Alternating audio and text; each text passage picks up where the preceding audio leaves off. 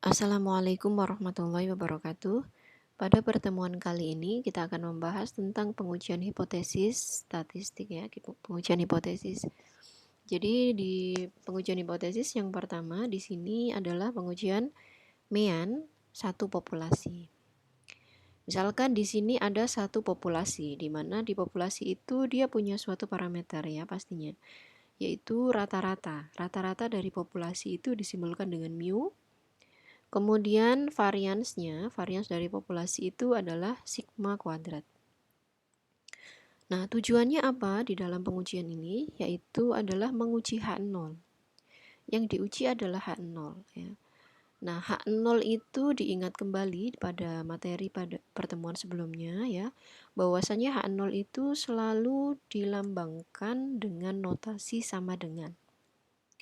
Berarti dalam menuliskan H0 di dalam langkah pengujian hipotesisnya atau pengujian klaim, kalian harus menuliskan H0 itu dengan notasi sama dengan.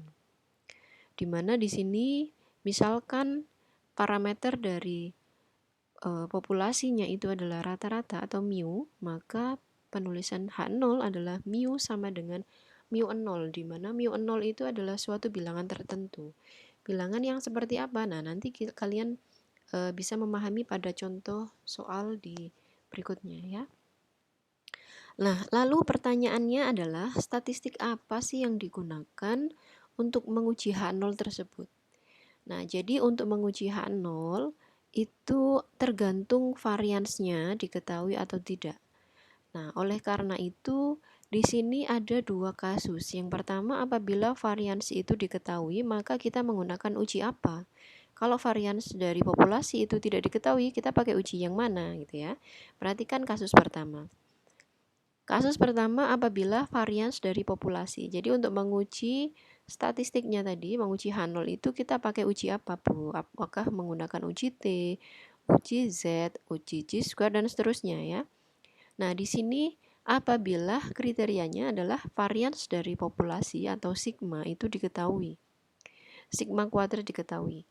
Nah, maka statistik yang digunakan untuk menguji H0 adalah uji Z, di mana rumusnya adalah Z sama dengan X bar dikurangi dengan mu0 dibagi dengan sigma dibagi akar N, ya. Di mana X bar itu adalah rata-rata sampel, dikurangi mu0 itu adalah bilangan tertentu yang diketahui ya di dalam soalnya. Kemudian sigma itu adalah simpangan baku ya, simpangan baku. Kalau sigma kuadrat berarti variansnya. Kalau sigma berarti simpangan bakunya. Nah, kalau simpangan baku dari populasi itu diketahui, maka kita gunakan sigma per akar N. Akar N itu adalah banyaknya sampelnya. Nah, kriteria dalam penolakan H0 yang pertama apabila H1 itu berbunyi mu lebih besar daripada mu0. Ya, apabila mu lebih besar daripada mu0, maka kriterianya adalah H0 itu ditolak. Artinya H0 ditolak itu jika Z hitung itu lebih besar daripada Z alfa. Ya, Z hitung itu lebih besar daripada Z alfa, atau kalau digambarkan dalam kurvanya maka Z alfa itu berada di sebelah kanan ya. Kemudian yang kedua, apabila H1 atau alternatifnya, hipotesis alternatifnya itu berbunyi mu kurang dari mu0. Maka H0 itu ditolak jika Z hitung itu kurang dari negatif Z alfa.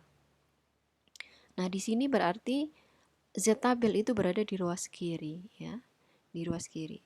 Kemudian yang ketiga, apabila hipotesis alternatifnya berbunyi mu tidak sama dengan mu0 ya, maka tolak H0 jika Z hitungnya lebih besar daripada Z tabel atau Z hitung kurang dari negatif Z tabel.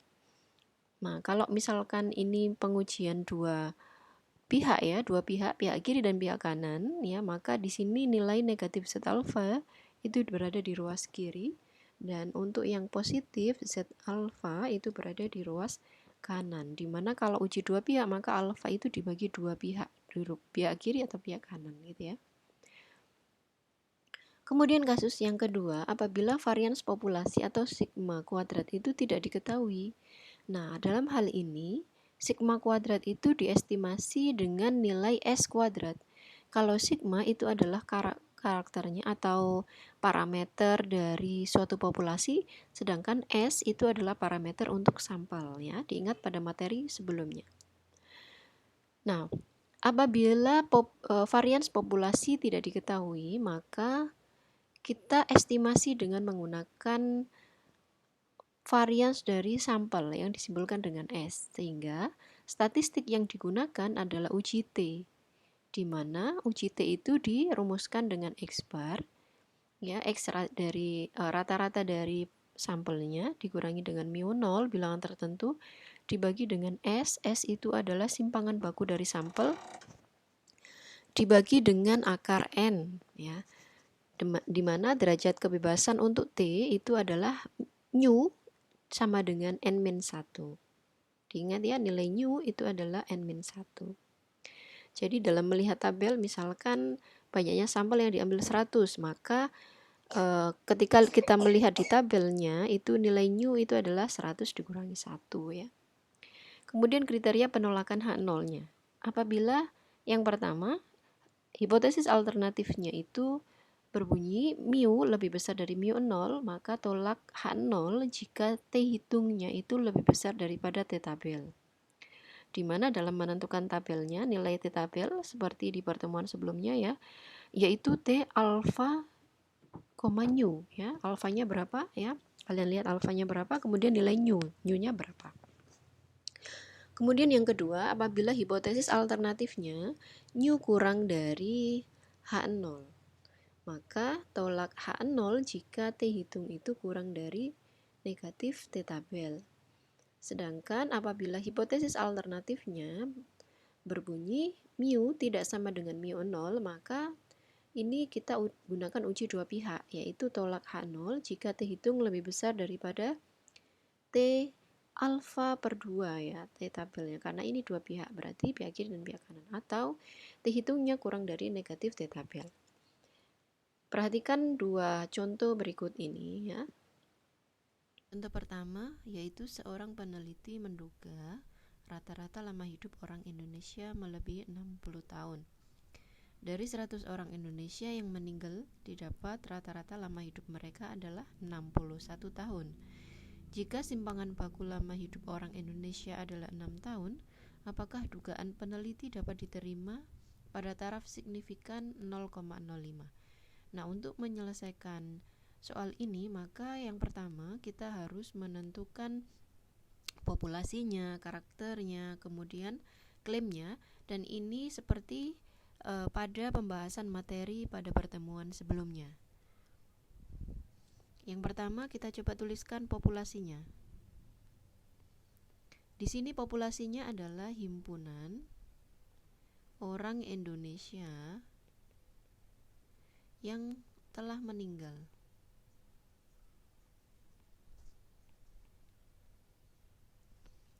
Kemudian karakternya adalah lama hidup. Lalu parameternya apa? Nah, kalian lihat di soalnya, di situ kan dikatakan bahwa dari 100 orang Indonesia yang meninggal didapat rata-rata lama hidup mereka adalah 61 tahun ya. Jadi di sini parameternya adalah rata-rata, di mana disimbolkan dengan mu. Lalu klaimnya apa? Klaimnya itu adalah bahwa peneliti menduga rata-rata lama hidup orang Indonesia melebihi 60 tahun, berarti mu lebih dari 60 tahun. Nah, apa saja sih yang diketahui di situ? Nah, yang diketahui adalah yang pertama bahwasannya ada banyaknya orang yang diambil atau sampelnya itu adalah N ya, 100 orang. Kemudian rata-rata di situ. Jadi dari 100 orang yang meninggal didapat rata-rata lama hidup mereka 61. Berarti di sini adalah rata-rata dari sampel. maka saya bisa menuliskan ini adalah sebagai X bar, yaitu 61 tahun. Ini adalah rata-rata sampelnya. Kemudian diketahui simpangan baku lama hidup orang Indonesia. Nah, ini simpangan bakunya itu bukan simpangan baku dari sampel, tapi ini adalah simpangan baku dari populasi. Simpangan baku dari populasi disimbolkan dengan sigma, yaitu sebesar 6 tahun ya. Kemudian alfanya, alfa adalah 0,05 ya, taraf signifikannya 0,05. Nah, kemudian kita lanjut ke langkah-langkah pengujian klaimnya.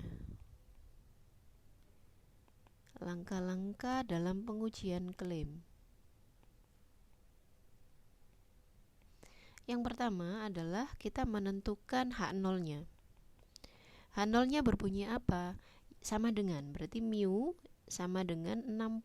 Karena apa? Karena di sini sudah tahu bahwa nilai mu klaimnya, klaim peneliti itu adalah mu lebih besar dari 60 tahun, maka klaim itu berada di H1 atau HA yang berbunyi mu sama dengan lebih besar ya, lebih besar dari 60 tahun.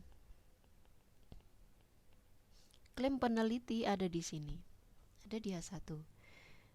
Kemudian yang ketiga kita tentukan alfa, alfa diketahui 0,05 ya. Kemudian yang keempat kita tentukan kriteria penolakan H0. Oke, yang keempat adalah kriteria penolakan H0.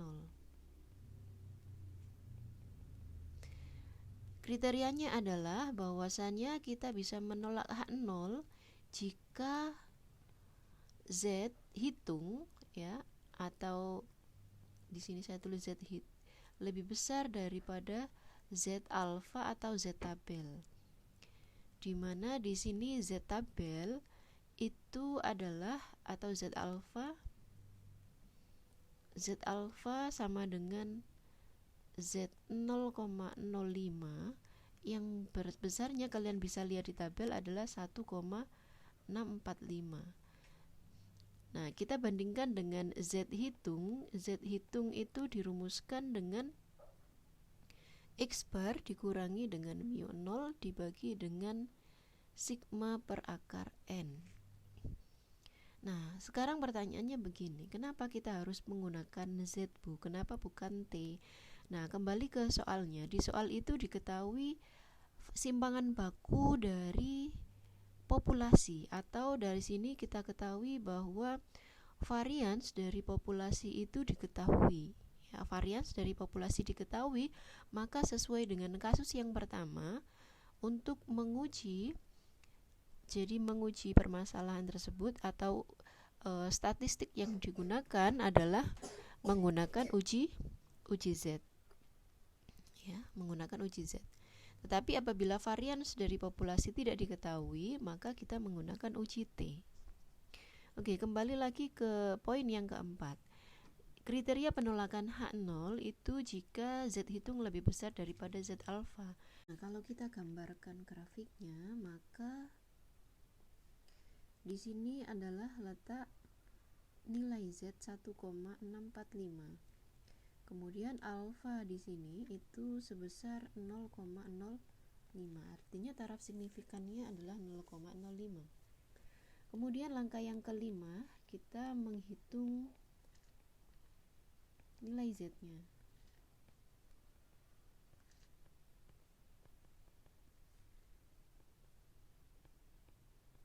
Nah, di mana Z tadi itu dirumuskan sebagai X bar. X barnya tadi sebesar 61 dikurangi dengan mu 0. Mu 0-nya itu adalah 60 ya. Di situ karena diketahui peneliti menduga rata-rata lama hidup orang Indonesia melebihi 60 tahun. Berarti itu 60 tahun sebagai mu 0. Di sini 60 dibagi dengan sigma diketahui 6. Kemudian nilai N-nya itu adalah akar 100. Nah, kalau kita hitung berarti di sini ada 6/10 ya, 6/10. 1/6/10 itu sama dengan 1/10. 6/10 itu sama dengan 10/6 ya. Maka nilainya adalah 1,667. Nanti silakan dicek di kalkulatornya. Kemudian yang keenam itu adalah kita tarik kesimpulannya. Kesimpulannya itu bagaimana dari pengujian hipotesis tersebut. Nah, karena nilai Z ya, karena Z itu bernilai 1,667 dan itu lebih besar daripada Z tabel yang besarnya atau Z alfa yang besarnya tadi adalah 1,645. Maka apa kesimpulannya? Karena kriteria tadi berbunyi H0 itu ditolak jika Z hitung lebih besar daripada Z alfa. Nah, ternyata di sini Z hitung itu lebih besar dari Z alfa, maka kesimpulannya adalah H0 ditolak. H0 ditolak sesuai dengan kriteria. H0 ditolak. Dan artinya karena H0 itu ditolak, maka H1 kita terima. Sehingga klaim dari peneliti yang berada di H1 diterima ya. Bisa dipahami ya? Nah, artinya apa? Artinya lama hidup orang Indonesia itu melebihi 60 tahun ya. Atau bisa kita lanjutkan nanti kesimpulannya, yaitu artinya rata-rata lama hidup ya, lama hidup orang Indonesia melebihi 60 tahun. Sesuai dengan klaim atau dugaan dari peneliti yang mengatakan bahwa rata-rata lama hidup orang Indonesia melebihi 60 tahun. Nah, itu adalah pembahasan untuk contoh yang pertama. Contoh yang kedua yaitu seorang guru mengklaim bahwa rata-rata nilai UN IPA siswa SMP di Jombang tahun 2017 tidak melebihi 8,5. Berdasarkan dugaan itu, kita coba cari dulu populasinya. Populasinya apa? Yaitu himpunan semua siswa yang mengikuti UN ya, tahun 2017 di Jombang. Kemudian karakternya,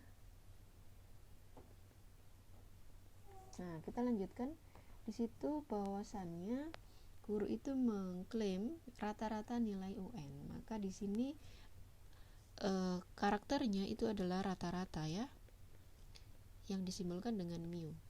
Kemudian parameternya, ini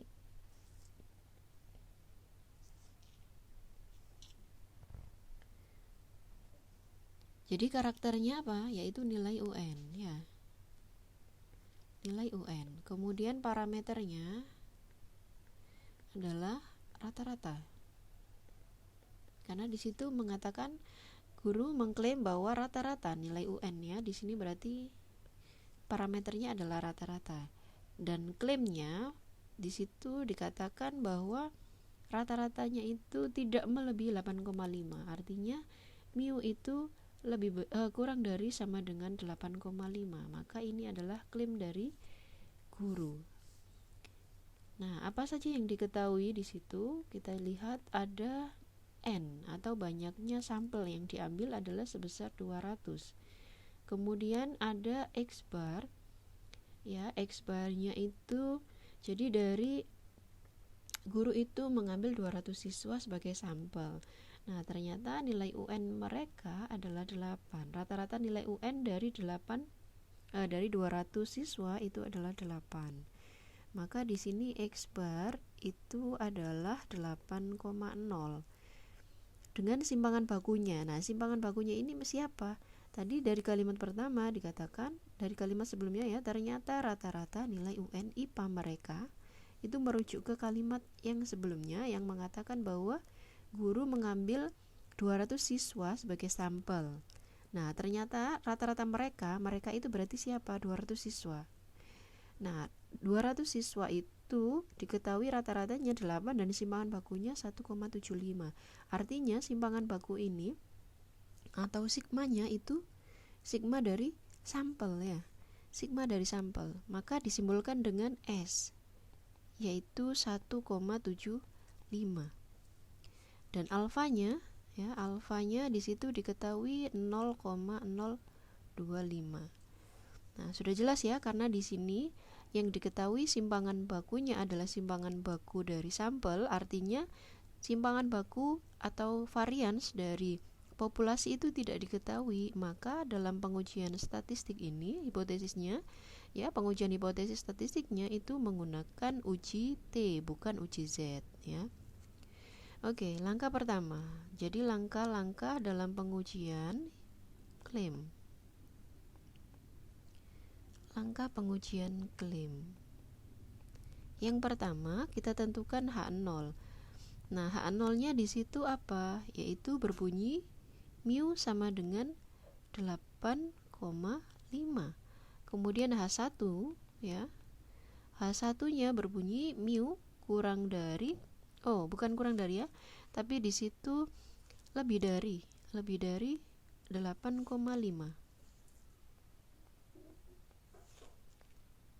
Kenapa kok lebih dari? Karena di sini dikatakan klaimnya itu ya, klaim dari peneliti itu mu kurang dari atau sama dengan. Berarti klaimnya itu berada di H0.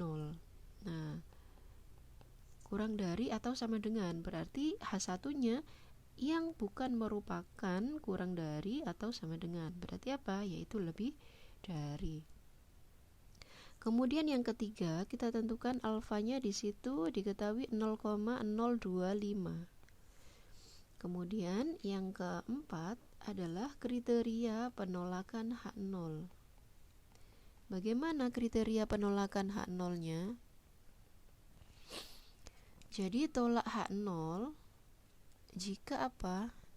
Jika nilai T hitung ya, T hitungnya itu lebih besar daripada T tabel atau di sini alfa, mu.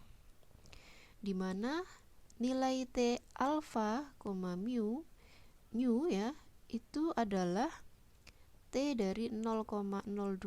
Nanti dilihat di tabelnya, alfanya 0,025 dan besarnya nu ya. Untuk T itu kan, untuk nilai nu itu adalah n-1. Nah, karena n-nya ada 200, maka untuk nilai nu itu adalah 199. Nah, dilihat di tabelnya, ternyata nanti dicek ya, di sini nilainya adalah 1,96. Dengan T hitung, rumus dari itu, T hitung ya, kita bandingkan dengan T hitungnya. T hitung dirumuskan dengan X bar dikurangi dengan mu 0 dibagi dengan S per akar N. Oke, jadi yang kelima kita coba menghitung nilai T. T yaitu sebesar X barnya 8,0 dikurangi dengan mu 0-nya berarti 8,5 dibagi dengan S, S-nya adalah 1,75 dibagi dengan N itu adalah akar 200. Nanti bisa dicek nilainya di sini negatif 0,5 dibagi dengan 0,1237 ya, nanti dicek. Kemudian besarnya ini adalah min 4,0406. Itu adalah nilai T hitungnya.